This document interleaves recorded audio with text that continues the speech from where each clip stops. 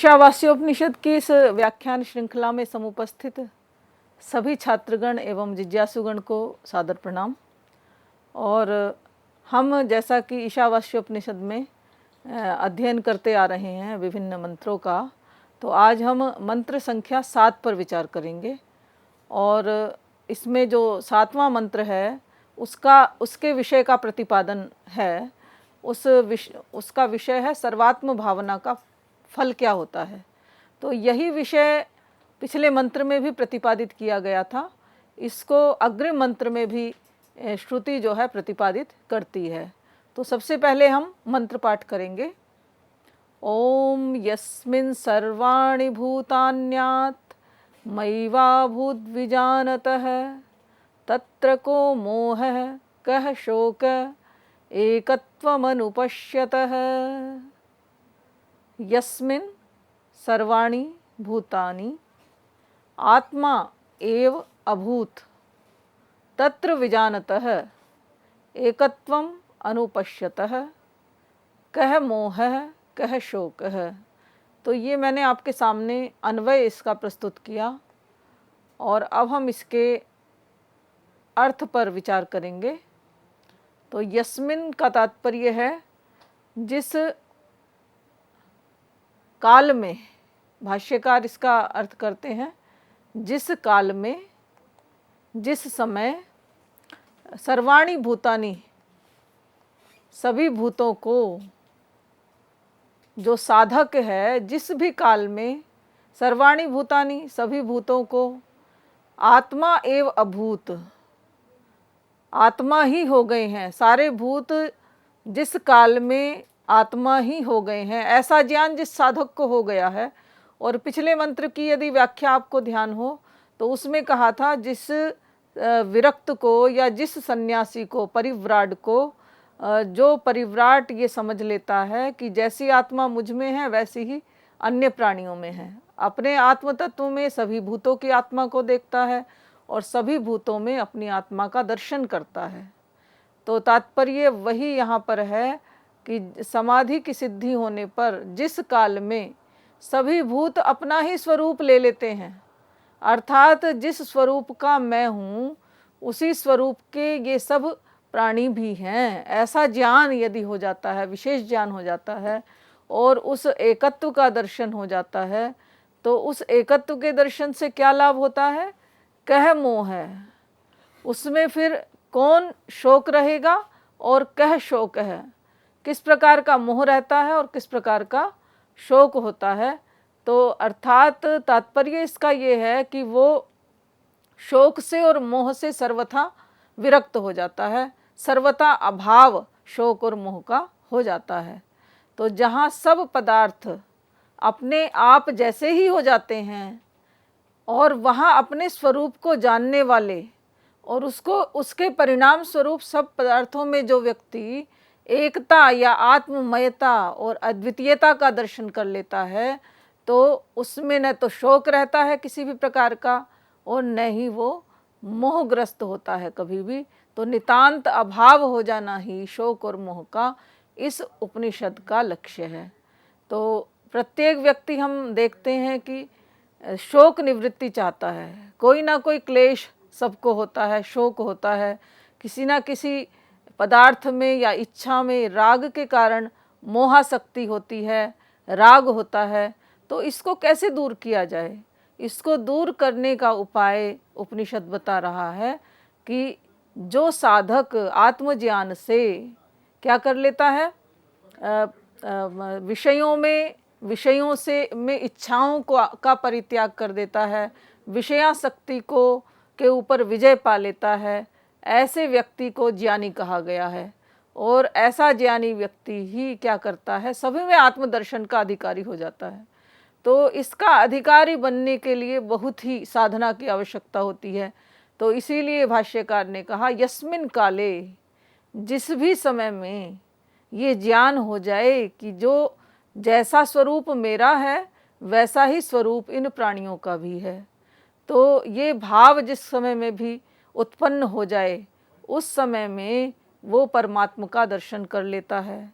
सभी में परमात्मा के अतिरिक्त कुछ उसको दिखाई नहीं देता है। तो ये आचार्य शंकर का तात्पर्य है। यहाँ पे एक शब्द आया विजानतः, विशेष ज्ञान हो जाता है। मतलब जैसी आत्मा मेरे में है वैसी ही इस प्रत्येक भूत में है। तो ऐसा जान लेना या फिर आत्मा ही समझ लेना, तो उसमें परिणाम क्या होगा?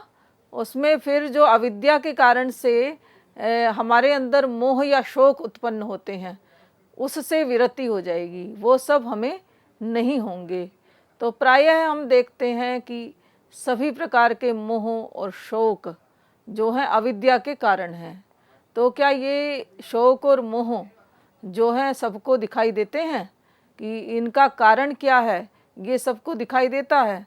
तो सामान्य व्यक्ति तो शोक और मोह का कारण केवल अपनी इच्छाओं की पूर्ति न होना, कभी काल के कारण, कभी देश के कारण, कभी परिस्थिति के कारण जो है शोक और मोह उसको उत्पन्न होते रहते हैं। शोकश्च मोहश्च काम कर्म बीजम। किंतु आचार्य शंकर यहाँ पे भाष्य में क्या कहना चाह रहे हैं, क्या प्रतिपादित करते हैं कि ये जो शोक मोह है ये कामनाएं ही इनका क्या है? बीज हैं। अविद्या ही इनका बीज है। न तो आत्मैकत्वम विशुद्धम गगनोपमम पश्यतः। ऐसे व्यक्ति अविद्या और अंधकार से इतने आच्छादित हो जाते हैं कि आत्म के अलावा उनको कोई भी जो आत्म स्वार्थ के अलावा उनको कोई भी व्यक्ति दिखाई नहीं देता है।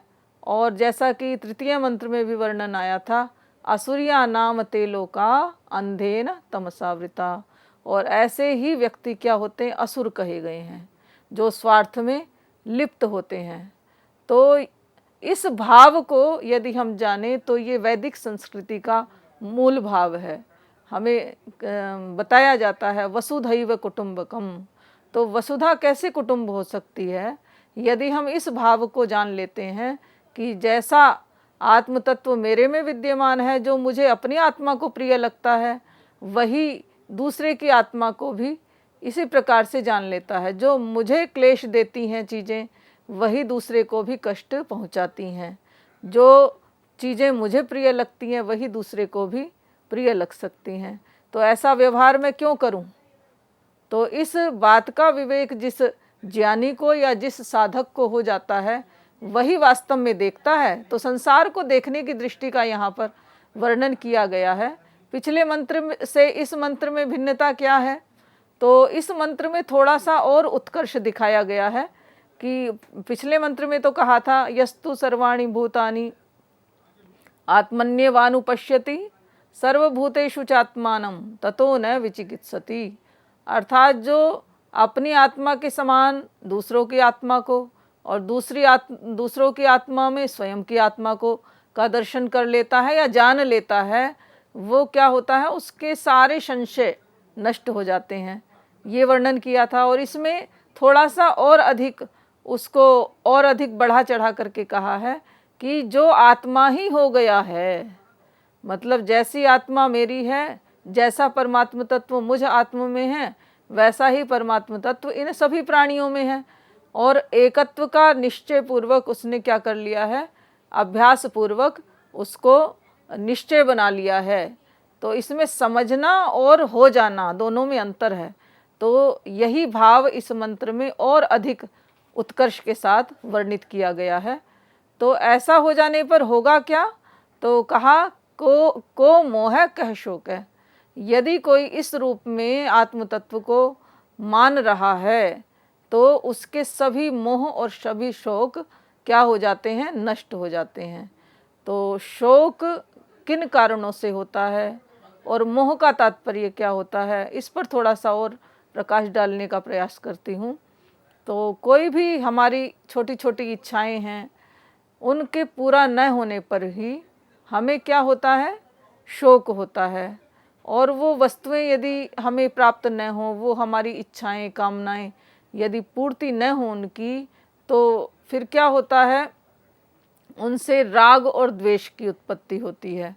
तो राग भी एक प्रकार से मोह को कह सकते हैं हम, लेकिन राग सामान्य राग को कह सकते हैं। और सामान्य वस्तुओं में जो आसक्ति है व्यक्ति की, उसको हम राग की श्रेणी में रख सकते हैं। लेकिन वही राग जब अत्यंत बढ़ जाए किसी चीज़ में, तो उसको हम मोह कह सकते हैं। और मोह का एक तात्पर्य होता है अज्ञान। तो हम जो हैं अज्ञान के कारण ऐसा समझते हैं कि इसकी आत्मा अलग है, मेरी आत्मा अलग है, जो मुझे अच्छा लग रहा है वही अच्छा है। तो दूसरों की को ध्यान में न रखते हुए अपने सुखों को ही केवल दृष्टि में रखना, ये सब मोह का कारण होता है। और इसका जो कारण है वो अविद्या है, परमात्मा के शुद्ध स्वरूप को न जानना। क्योंकि परमात्मा का या आत्मा का जो स्वरूप है वो बिल्कुल निर्विकार शुद्ध चैतन्य है, और वो उपाधि वशात हमें क्या करता है, अनेक प्रकार के दुर्गुणों में, राग द्वेष में ग्रस्त करता रहता है। तो इस अविद्या को दूर करने का उपाय क्या है? ये उपनिषदों का ज्ञान ही इस अविद्या को, क्लेशों को दूर करता है। सांसारिक या भौतिक सुखों को पाने के लिए हम तात्कालिक उपाय तो करते हैं, लेकिन वो उपाय इतने स्थिर नहीं होते। तो सर्वथा इनको दूर करने के लिए जो मार्ग है वो ज्ञान की प्राप्ति है। और ज्ञान के विषय में क्या कहते हैं श्री कृष्ण? नहीं ज्ञानेन सदृशम पवित्रमिह विद्यते। इस संसार में ज्ञान के अतिरिक्त कोई भी ज्ञान के समान कुछ भी पवित्र नहीं है। तो ज्ञान जो है इस संसार में सर्वश्रेष्ठ है। तो अविद्या इन सब की क्या है? जननी है। इस अविद्या के कारण ही हमें शोक होता है, मोह होता है। और जिस व्यक्ति को शोक और मोह दूर कर लिया है जिसने, तो उसकी दृष्टि बदल जाती है, वो सभी में आत्मदर्शन कर लेता है, आत्मा ही उसको हो जाता है। एक बड़ा सुंदर श्लोक व्यास जी लिखते हैं महाभारत में, श्रूयताम धर्म सर्वस्वम श्रुत्वा च अवधार्यताम आत्मनः प्रतिकूलानि परेशान न समाचरेत। तो तात्पर्य क्या है इसका कि हे लोगों, मैं धर्म का संदेश आपको बताना चाहता हूँ, धर्म का सार आपको बताना चाहता हूँ, और उसको सुन करके धारण कीजिए। और वो सार क्या है? आत्मनः प्रतिकूलानि परेशान न समाचरेत। जो बातें या जो व्यवहार हमें अपनी आत्मा को के अनुकूल नहीं लगता है, वो हम दूसरों से न करें। तो कितना सुंदर संदेश है। इसी बात का प्रतिपादन यहाँ पे श्रुति कर रही है कि जो व्यवहार, जो भी बातें हैं हमें अपने अनुकूल नहीं लगती हैं, वो हमें दूसरों को के साथ भी वैसा व्यवहार नहीं करना चाहिए। तो ये दृष्टि किसकी हो सकती है? ये दृष्टि केवल ज्ञानी की हो सकती है, योगी की हो सकती है, या फिर एक साधक की हो सकती है। तभी इस पर विजय प्राप्त की जा सकती है। नहीं तो हम क्या देखते हैं, हम जो है प्रत्येक क्षण द्वैत में जीते हैं। मेरे अंदर ये श्रेष्ठता है, दूसरे के अंदर ये बुराई है। तो इस प्रकार का हम जो है तुलना करते रहते हैं और शोक और मोह में ग्रस्त होते रहते हैं। उसके पास ये अधिक है, मेरे पास ये कम है। और ये जो भौतिक चीज़ें हैं इनको ही आकर्षण का केंद्र मानते हुए हम राग द्वेष से क्या होते हैं? ग्रस्त होते हैं। अनेक प्रकार का भेदभाव संसार में हम करते रहते हैं, देखते रहते हैं। तो हमारा व्यवहार बिल्कुल भी ये नहीं बताता कि भाई हम इस मंत्र को जीते हैं। तो इस मंत्र को जीने के लिए हमें अपनी दृष्टि बदलनी होगी। जो अविद्या आदि के कारण जो मोह आदि हमारे अंदर विद्यमान है, उसका पूर्ण परित्याग हमें करना होगा। तो इसमें बहुत अत्यंत जो पराकाष्ठा दिखाई गई है आत्मभाव की, उसको प्रदर्शित किया है यहाँ पर कि आत्मा ही हो गया है, मेरे अतिरिक्त तो कुछ है ही नहीं। उस परमात्म तत्व के अतिरिक्त इस संसार में कुछ नहीं है। जो शरीर मेरे पास है, जैसा रक्त मेरे पास है, वही रक्त दूसरे प्राणियों के भी पास है। जैसा सुख का अनुभव मेरी आत्मा करती है, वही सुख का अनुभव दूसरे की आत्मा भी करती है। मुझे यदि भूख लगती है तो अन्य प्राणियों को भी भूख लगती है। तो इस करुणा भाव से, इस प्रेम भाव से जो इस संसार का दर्शन कर लेता है, वही वास्तव में देखता है। यह पश्यति से पश्यति, वास्तव में तो देखना उसी का है जो इस भाव से इस जगत को देखता है कि ये सारा संसार ईश्वर से ढका हुआ है, ईश्वर से व्याप्त है। तो और ईश्वर से व्याप्त है तो हमारी दृष्टि क्या होनी चाहिए? हमें पाप कर्म में लिप्त नहीं होना चाहिए, हमें भेद दृष्टि को नहीं अपनाना चाहिए। जो व्यवहार हम अपने लिए चाहते हैं उसी व्यवहार को दूसरे के साथ करना चाहिए। तो इससे क्या होगा? सभी प्रकार की जितनी चिंताएं हैं, शोक हैं, उनसे आसक्ति मिटेगी और वो सभी शोक दूर होंगे। और जिस आसक्ति के वशीभूत होकर के हम मोह में पड़ते हैं, कोई प्रिय लगता है उसके मोह में पड़ते हैं, संसार की चीज़ें हमें आकर्षित करती हैं, वासनाओं में पड़ते हैं, तो उनसे क्या होगी? विरति होगी। क्योंकि परम आनंद स्वरूप तो कौन है? परम आनंद स्वरूप तो केवल आत्मा ही है। ये वस्तुएं तो जड़ हैं, आज हैं कल नहीं रहेंगी, तो ये सारा भौतिक जगत नश्वर है। ऐसा ज्ञान जिस साधक को हो जाता है वही वास्तव में आनंद को प्राप्त हो सकता है। तो नितांत यदि सुख पाना है तो हमें उस परमात्म तत्व को जानना होगा और प्रत्येक कण कण में ये व्यवहार बनाना होगा कि वही परमात्म तत्व जो है इस संसार में है। जैसा मेरा अनुभव है वैसा ही इन सब का भी अनुभव है। तो इस कारण वह दुख से अस्पृष्ट रहता है। ऐसा साधक क्या होता है? दुख से अस्पृष्ट हो जाता है। ये इसका परिणाम है। सब में आत्मदर्शन करने का परिणाम क्या है? वो सभी प्रकार के दुखों से असंग रहता है, असंश्लिष्ट रहता है। तो आत्मा को न जानने से ही क्या होता है? जैसा कि अभी बताया, शोक होता है, मोह होता है। शोक और मोह किसके कारण से होते हैं ये भी बताया था। तो इनका कारण क्या है? अविद्या है। और अविद्या को जो है योग दर्शन में भी 5 प्रकार का बताया गया है। अविद्या, अस्मिता, राग, द्वेष और अभिनिवेश, ये 5 प्रकार की अविद्या है। और अविद्या के कारण से ही बार बार व्यक्ति क्या करता है? इस जन्म मरण के चक्कर में आता है और बार बार उसको जन्म मरण जैसे संसार चक्र में आना पड़ता है। और इस योनि में आकर के जो भी वो कर्म करता है उससे कर्माशय का निर्माण होता है और उस कर्माशय से जाति, आयु और भोग की प्राप्ति होती है। जैसा आचरण होता है वैसे ही उसको परिवार में जन्म मिलता है और आयु निर्धारित होती है और उसको भोग के साधन भी उसी कर्म के परिणाम के कारण से ही उपलब्ध होते हैं। तो इन सब का बीज क्या है? अज्ञान ही है। तो सत्यदर्शियों के अज्ञान के विनाश से क्या होता है? उनका शोक, मोह आदि का नाश हो जाता है। और शोक, मोह आदि से काम, कर्म आदि और उनके मूल से उत्पन्न संसार भी क्या होता है? पैदा होते रहते हैं। अभी जो बात मैंने आपको कही कि संसार में आवागमन का चक्र इस शोक, मोह और अविद्या के कारण ही होता है। और नानात्व से दृश्यमान जो पदार्थ हैं उनमें क्या होती है? उसको सत्य की प्रतीति होने लगती है।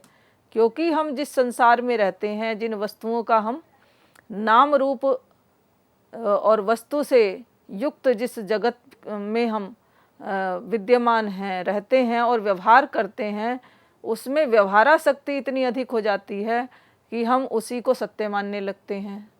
और तो ये जो मंत्र है ये हमें प्रतिपादित करना चाहता है कि उस नानात्व के दर्शन को समाप्त करके क्या दृष्टि होनी चाहिए? नेह नानास्ति किंचन, अर्थात इस आत्म तत्व के व्यतिरिक्त यहाँ पर कुछ भी नहीं है, नानात्व नहीं है। आत्म तत्व ही सत्य बुद्धि है, एक परमात्म तत्व ही क्या है? सत्य है।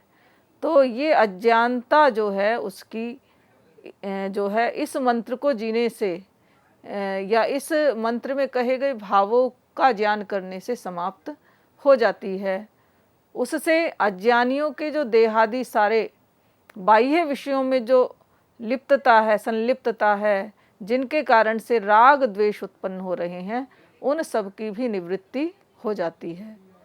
तो सुख की प्राप्ति के लिए नश्वर दृश्य पदार्थों का आश्रय करने से निरंतर ही शोकानुभव घटित होता है, और इस शोक के निवारण के लिए नश्वर जड़ पदार्थों का क्या लिया जाता है? आश्रय लेते हैं हम। और वो स्थायी समाधान तो नहीं है ना। उन जड़ पदार्थों से हमें शाश्वत सुख की प्राप्ति कदापि नहीं हो सकती है। तो ऐसा ज्ञान हमें अपने मन में बना लेना चाहिए। अनंतर अन्य शोक भी हमें प्राप्त होता है, और यही क्या कहलाता है? मोह कहलाता है। तो इस प्रकार आत्मैकत्व का अपने भीतर सतत दर्शन करने वाले के शोक मोह आदि अविद्या से जनित होने से मूल अविद्या की निवृत्ति शोक आदि की अत्यंत निवृत्ति का भी कारण होता है। जैसा कि मैंने आपको बताया पीछे कि अविद्या ही सब क्लेशों का मूल है। सभी प्रकार के सांसारिक आवागमन का मूल क्या है? अविद्या है। और यदि हम इस अविद्या की निवृत्ति चाहते हैं तो हमें ज्ञान प्राप्ति चाहिए, परमात्म बुद्धि चाहिए। और उस परमात्म बुद्धि के कारण से और हमें यथार्थ ज्ञान से क्या होगा? निश्चित रूप से नितांत निवृत्ति दुखों की हो सकती है। तो इस नियम से कारण की निवृत्ति से उसके कार्य की भी निवृत्ति हो जाती है। तो कितने ही हमें उपाय करते रहें, लेकिन मूल पर न जाएं, मूल को न पहचानें, तो वो दुख बीच बीच में हमें आते रहेंगे, शोकग्रस्त करते रहेंगे, मोहग्रस्त करते रहेंगे।